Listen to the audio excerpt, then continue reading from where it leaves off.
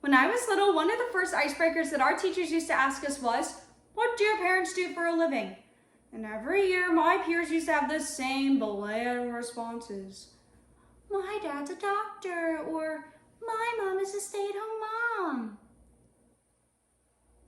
Just once would I have loved to hear, "My dad is a circus clown," or, I don't know, "My mom is a sugar mama." You know, something to shake kindergarten up a bit. When it came time for me to share, however, I hesitated. My mom wasn't a doctor, a stay-at-home mom, or even a sugar mama. She was a bartender. She was a single mother working long, laborious hours in order to take care of me and make sure I got all the same opportunities that my friends had, all while trying to make ends meet. I remember she would often get home at 2 a.m. after her 12-hour shifts, just to wake up at 7 a.m. the next morning to take me to school with a smile on her face. And I didn't realize it at the time, but she was my real life superhero. But I have to wonder, why does the single mother narrative have to be this hard? According to the U.S. Census Bureau, the number of single mothers in the United States has been increasing over the last 50 years, with about 1/3 of mothers today remaining unmarried. However, even with a significant rise in single moms, the stigma against them has remained stagnant.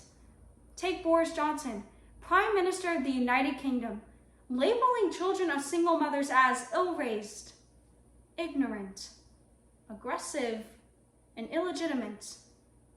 Or my own mom reluctant to tell other parents what she did for a living because her job wasn't conventionally mom-friendly. All of this can be boiled down to one clear message. Women are told by society that they are not qualified to raise a child on their own.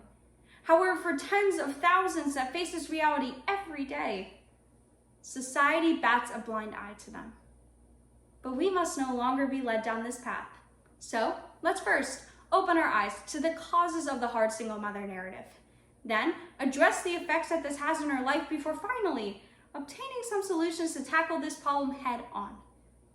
Because we owe it to single mothers, my mom, to no longer vilify them, but instead portray them as the superheroes that they are. Now, it's no secret that raising a child is, well, expensive. My mom often recalls times where she would have to work the busiest nights at her bar just to have enough money to pay my babysitter. Now, I am very fortunate in the sense that my dad and his family have had an active role in my life despite living in Oklahoma and not having custody.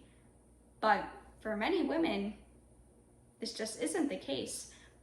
It was found by CNBC in 2019 that in Florida, a single parent had to make an average of about $53,000 just to cover basic necessities without outside help.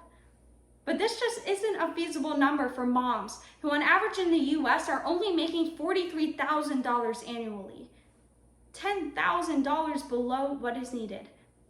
Now, you may point to things such as food stamps or Medicaid to help these moms, but the reality is that the qualifications to make it into these programs are just simply unrealistic.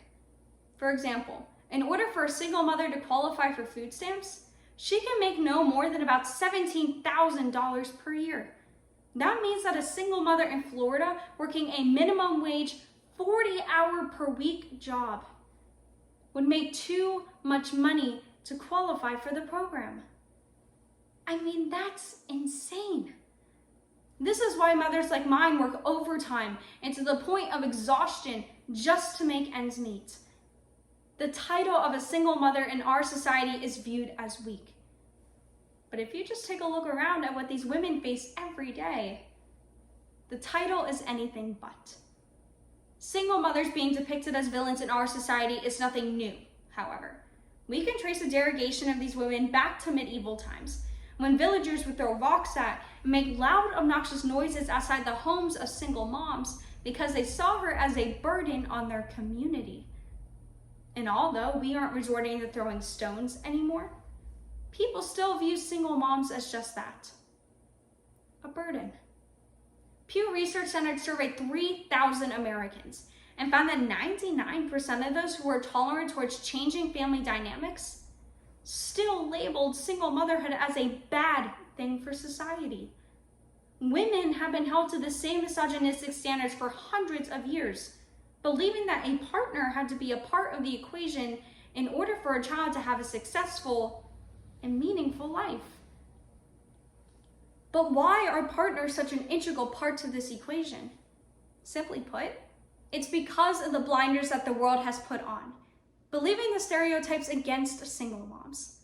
Consequently, this leads to effects that discriminate and stigmatize single motherhood.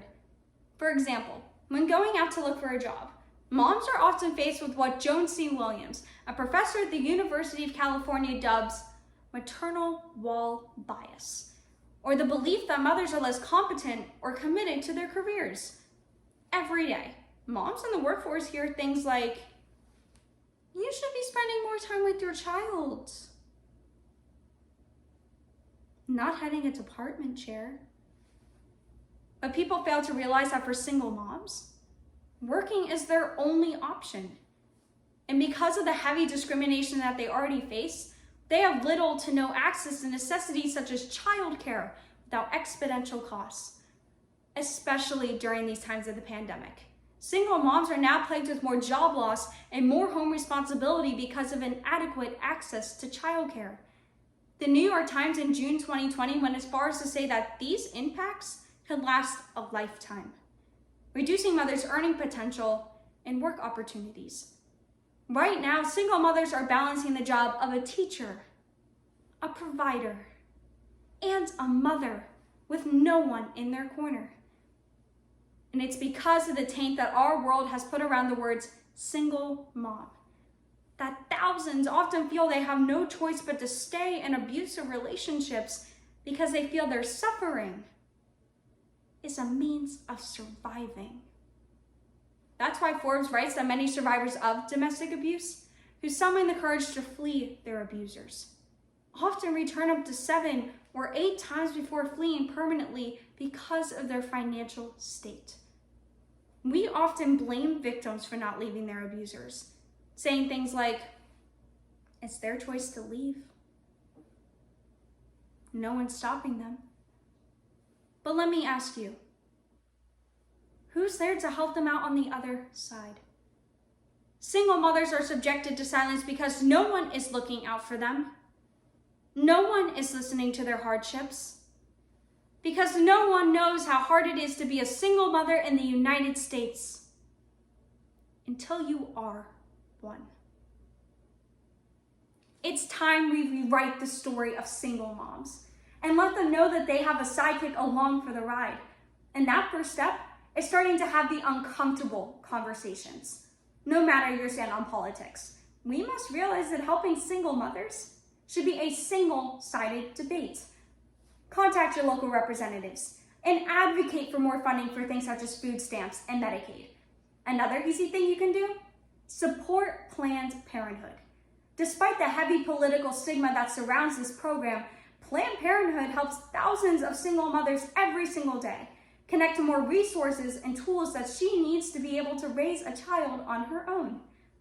And the second thing we can do is starting to base parenting not off the notion of one size fits all, but instead how much love a child receives. My mother and my grandmother, who are both single moms, have made it a point for years to have a sit-down dinner at least 3 times a week, just to catch up. And even on her long nights, my mom always made it a priority to call me and tell me she loved me before I went to bed. You see, parenting is not about the quantity. It's about the quality. My mother is my #1 supporter and my best friend. And if you ask me, she has fulfilled the role of 1,000 parents. And I can't thank her enough. There's this quote in my house that reads, "Great women raise great women who raise great women." I am a proud woman of 2 generations of single moms. A girl who is ready to take on the world because I had the best 2 role models in front of me. So I'm sorry, Mom, that society has made being a single mother an uphill climb that never stops. But I promise to never stop fighting for you.